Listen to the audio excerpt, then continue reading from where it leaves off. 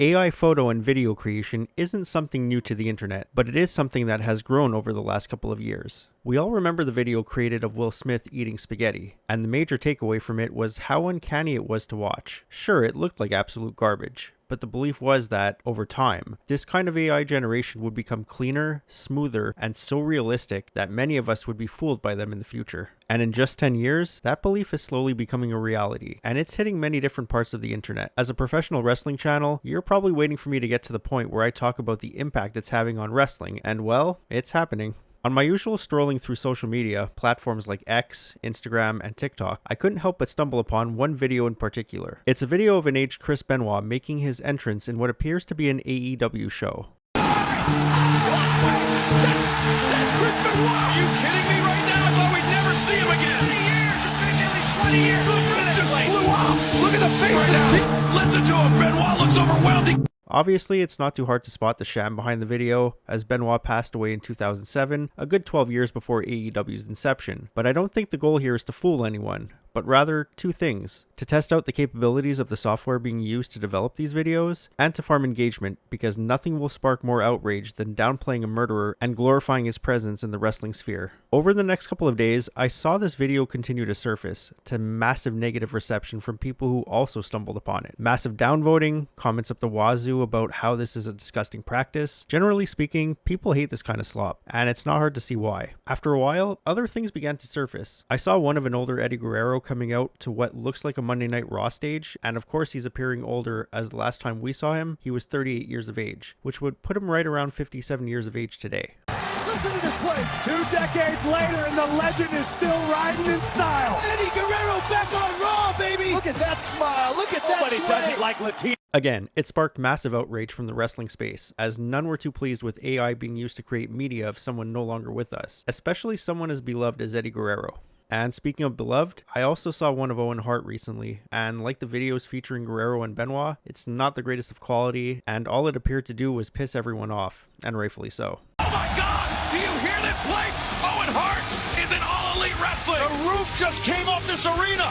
I can't believe what we're seeing. 20 years in the making, a legend. Over the last, I would say, 5 or so years, I've seen AI being used in all sorts of creative spaces, from video generation like this, to generating photos and other images as a sort of way to bypass costs of hiring someone who would develop these types of media through skill and hard work. In a way, AI cuts out the middleman, and when you can punch in a prompt and have results spit back out in a matter of moments, and for little to no cost, you'll see more and more people jumping to this option. The problem isn't so much with people quote-unquote wanting to have fun with this type of AI creation, but more so delivering it to social media and showing off what you created as if it's something people want to see. AI art is, for a lack of a better term, absolutely shit on by most artists, as all it does is farm resources online and patch it together like some sort of weird jigsaw puzzle. For all you know, some of these artists have actually seen their own work inside these AI creations, without their consent or any credit or financial compensation. Back to the wrestling circle, the credit or financial compensation doesn't apply, as these videos are mostly dealing with people who are no longer with us. Take for example a string of videos created of Tupac Shakur and the Notorious B.I.G. in a wrestling ring, talking smack to one another and building up towards what you would think would be a match between the two. Please, the roof is coming off for Tupac Shakur! He looks like he was born to walk that ramp. Yo, anybody back there think they got the heart to step up? I'm right here. Oh. No way. You've been running your mouth all week, champ, talking like the throne's yours, but you standing in my house now. This ring, this is West Coast territory tonight, and I'm setting it off.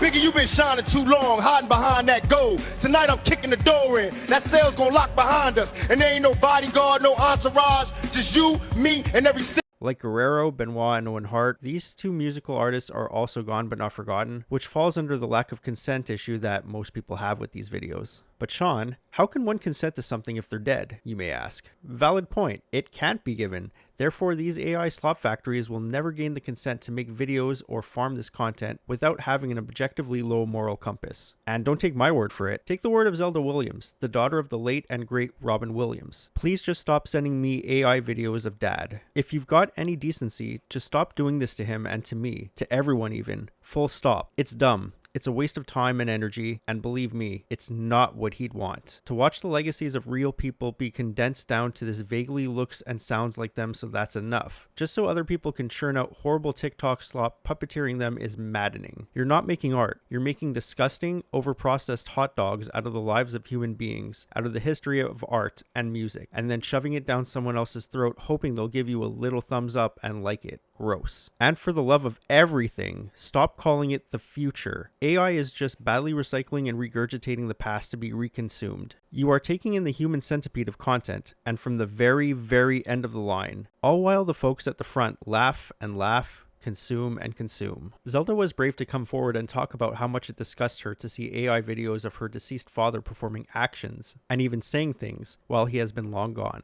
Imagine what the Guerrero, Benoit, and Hart families are thinking, seeing these types of videos surface online, viewed by hundreds of thousands and shared to millions more. It's especially heartbreaking for the remaining members of the Benoit family seeing this, knowing the history behind Chris Benoit's passing, and I can't imagine it becomes any easier when drivel like this is shared on social media platforms. I think someone in the comment sections of one of these videos said it best. This is digital taxidermy. It isn't something the public wants to see. It most certainly isn't something members of each of these families want to see. And no matter how many people in the comment sections try to tell you otherwise, that this type of content isn't harming anyone, they're fucking wrong. Most, if not all the time, these videos end up looking like absolute dog shit, and they fail to entertain anyone. More so nowadays is this idea that we need to view past legends in today's ecosystem as a way of paying tribute to them. Whether it's bringing back someone from the grave or showcasing the match that never happened, there are many better ways to get your point across and share your appreciation for these personalities. For one, hire one of the many available artists out there who would be more than happy to take a commission and provide you with a piece of art that can be shared online, and you won't have your head taken off for it. Another alternative is to pick up a pencil and draw something yourself. Not an artist? There's no time like the present to start learning. If PewDiePie can learn to draw in 100 days, so can you. Whether it's 15 minutes or an hour, doing it every day consistently will breed results. And I promise you, those results, regardless of how much or how little you progress over that time, will always have more life and more heart than anything these machines are making. Zelda Williams has spoken at length how much this angers and hurts her to see this, and I imagine the same would be said by members of the families of these deceased wrestlers. If you want to pay tribute to these personalities, there are many other options at your disposal that doesn't amount to you whoring out their image for some clout and a couple of nickels and dimes that you generate on social media. This isn't just a problem in the wrestling space, it's a problem in the entire digital space. Fortunately, more people are voicing their discontent over this style of content creation, and the more people that band together, the more we can phase this out entirely and pave the way for real artists to get their names out there where they actually belong. This is Sean signing off. Like, comment, and subscribe if you really like this content, and I will see you in the next one.